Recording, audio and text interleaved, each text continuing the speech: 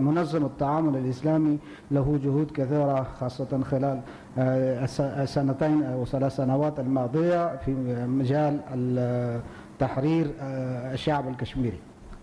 Pakistan expresses its profound gratitude to the OIC for its consistent and unequivocal support for the Kashmir cause.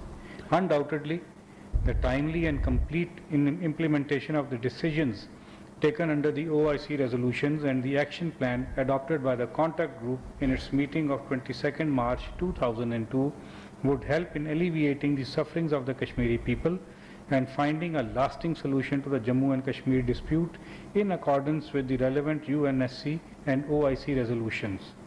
It is now my pleasure to invite His Excellency Ambassador Al-Dubai for his remarks. Thank you. تقدر باكستان جهود منظمة التعاون الإسلامي منذ عقدين خاصة في مجال هذه القضية، والآن ألتمس من سعادة السفير ويقدم موقفه. بسم الله الرحمن الرحيم. معالي الوزير، أصحاب السعادة، حضور الكريم، رجال الإعلام، أود في البداية أن أعرب لكم عن خالص الشكر والتقدير لحكومة جمهورية باكستان الإسلامية على استقبال وفد منظمة التعاون الإسلامي. وأود أيضا في البداية كمبعوث خاص لقضية جامو وكشمير أن أشيد بدور باكستان النشط في إطار منظمة التعاون الإسلامي، وأيضا إلى إسهاماتها القيمة في الإعداد والمشاركة في جميع مناشط منظمة التعاون الإسلامية، وليس داخل أروقة منظمة التعاون الإسلامية وإنما أيضا في المحافل الدولية. Honorable Secretary and respected media person, first of all I want to pay thanks to all of you, especially the persons in Foreign Ministry. They welcome me very warmly. I am really from my heart.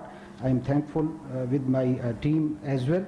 And the issue of Kashmir, no doubt, is very sensitive always in our discussions, and every place in every time we always discuss this issue, and this issue we are with the importance of this issue, especially in these days.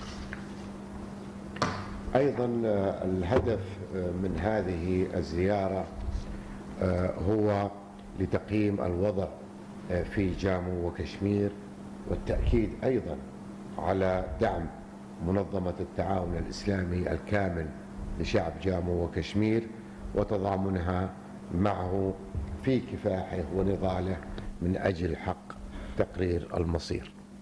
The main purpose of this visit to Pakistan and the Kashmir to get awareness recently about what is going on in the region, and also to show our cooperation with you and with Kashmiri peoples on this issue.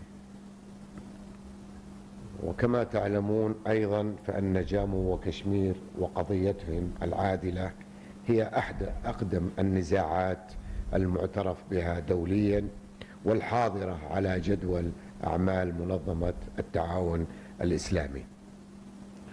There is no doubt the Kashmir issue is very oldest issue and also on the agenda of OIC. وعلى مدى أكثر من 4 عقود دأبت منظمة التعاون الإسلامي على تقديم الدعم القوي والجماعي لشعب جامو وكشمير من خلال العديد من القرارات الصادرة التي تصدر عن منظمة التعاون الإسلامي. Since 4 decades, OIC has shown its cooperation with this issue and with the concerned peoples, and they have issued so many instructions and qararat decisions about this issue, and we will continue as well.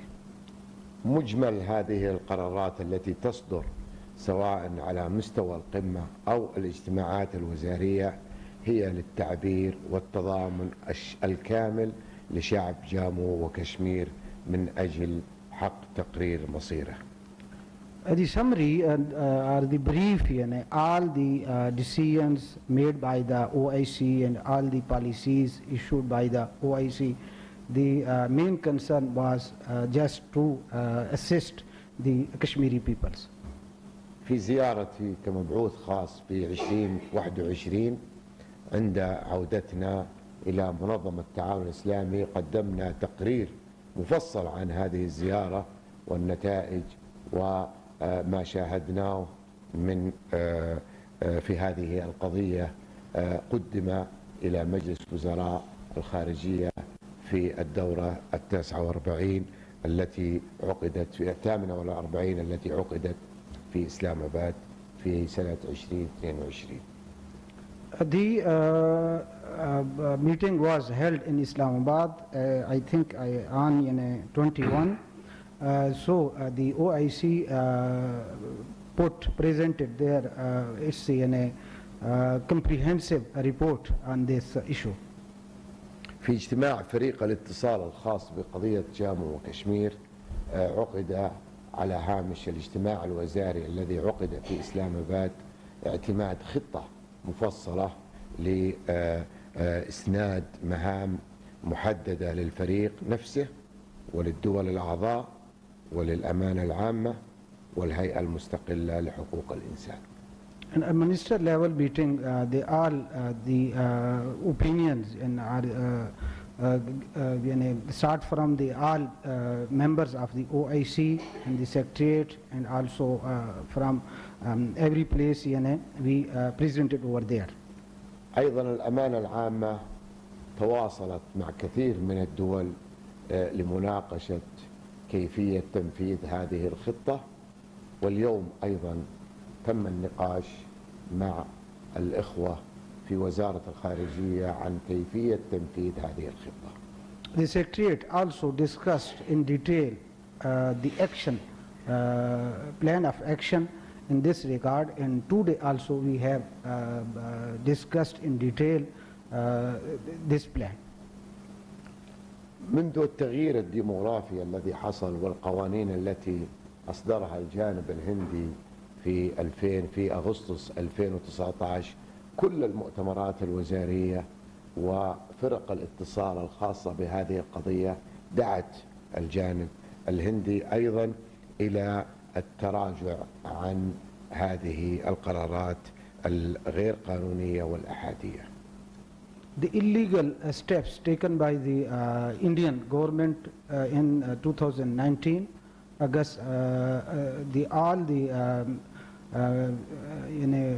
organization member, they just condemned all this, and they also insisted to be revised. من يريد من رجال الأعمال من رجال الإعلام على وجه الخصوص معرفة موقف منظمة التعاون الإسلامي أو المجلس الوزاري أو القمة الإسلامية عليه بالعودة إلى هذه القرارات لتؤكد مجددا الدعم القوي لقضية وشعب جامو وكشمير.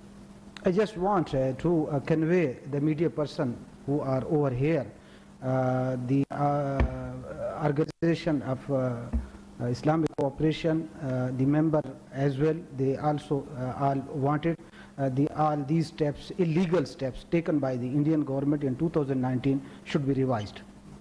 أيضا معالي الأمين العام في ديسمبر الماضي 2022 وقد رافقته شخصيا كمبعوث خاص قمنا أيضا بزيارة باكستان وإلى إقليم جامو وكشمير والتقينا بكثير من القيادات والمسؤولين لنعبر مجددا عن موقف المنظمة وما صدر عن الاجتماعات لقضية جامو وكشمير. We also visited in last year to see the actual ground realities in Kashmir, and this time as well. Just this is the commitment of OIC. آخر الجهود التي بذلت لهذه القضية كان في سبتمبر الشهر الماضي في 2023 عقد اجتماع فريق الاتصال الخاص بقضية جامو وكشمير على هامش اجتماعات الجمعية العامة للأمم المتحدة، وقد اجتمع الوزراء المعنيين في هذا الفريق وأصدروا تقرير مفصل يؤكد مرة أخرى على دعمهم لهذه القضية. Also, by side the General Assembly meeting, also there was a special group who is working on this issue. They also there was a special meeting by them to discuss this issue. وأخيرا معالي الوزير، رسالة إلى الشعب جامو وكشمير من الأمانة العامة لمنظمة التعاون الإسلامي تؤكد مجددا بأنها ستستمر في هذا الدعم المتواصل وبذل كل جهد ممكن لتسليط الضوء على هذه القضية ومحاولة لحلها. At the end, this is my message on the behalf of the OIC to all the concerned people, especially Kashmiri people. We are with you. We also support your every activity which is regard your right. أيضا معالي الوزير، أود هنا أن أشيد أيضا بجمهورية باكستان الإسلامية في بضبط النفس الذي تمارسه في التعامل مع هذه القضية وباتباعها أيضا جميع القنوات الدبلوماسية ذات الصلة من أجل تسوية هذا الصراع على الرغم من التحديات التي تواجهها. And also, I also appreciate the Pakistani government, the officials who are working on this issue and they are highlighting this issue. So I appreciate on the behalf of the OIC. في الأخير معالي الوزير، أتمنى أيضا لشعب كشمير أن يعيش برخاء واستقرار وأن ينال حقوقه بأقرب فرصة ممكنة. شكرا معالي الوزير وشكرا لجمهورية باكستان على إتاحة هذه الفرصة لزيارة بلدكم الكريم، أيضا كمبعوث خاص أن نقف على هذه القضية وأن ننظر إليها نظرة أخرى وأن أيضا نقدم تقرير إلى القمة القادمة الإسلامية التي ستعقد إن شاء الله في غامبيا في 16-17 ديسمبر القادم. شكرا لمعالي الوزير. At the end, I want to express my support to all the Kashmiri peoples who are working for their rights, and also I hope for Pakistani people, officials who are working on this issue, and I will also highlight this issue on every place, every event, especially in next month in Saudi. Thank you so much.